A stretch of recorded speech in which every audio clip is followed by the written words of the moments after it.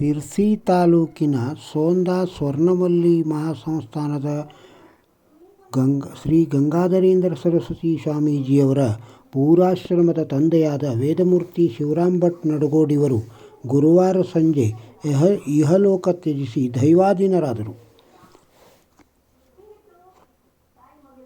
ಗುರುಗಳ ಪೂರ್ವಾಶ್ರಮದ ತಂದೆಯಾದ ಶಿವರಾಮ್ ಭಟ್ಟರು ನಿತ್ಯಾನುಷ್ಠಾನಿಕರಾಗಿ, ನಿಷ್ಠಾವಂತ ವೈದಿಕರಾಗಿ ಧರ್ಮವನ್ನು ಉಳಿಸಿದಂಥವರು. 3 ಪುತ್ರರು ಹಾಗೂ ಒಬ್ಬಳು ಪುತ್ರಿಯರ ತಂದೆಯಾಗಿ ತಮ್ಮ ಜೀವನದ ಕರ್ತವ್ಯವನ್ನು ನಿರ್ವಹಿಸಿ ಸದ್ಗತಿಯನ್ನು ಹೊಂದಿದರು.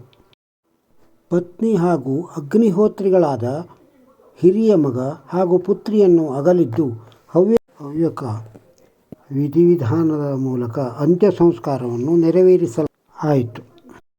ವೇದಮೂರ್ತಿ ಶಿವರಾಮ್ ಭಟ್ ನಡಗೋಡಿಯವರಿಗೆ ನಮನಗಳು. ಅವರ ಆತ್ಮಕ್ಕೆ ಸದ್ಗತಿ ದೊರಕಲಿ. ನಮಸ್ಕಾರ.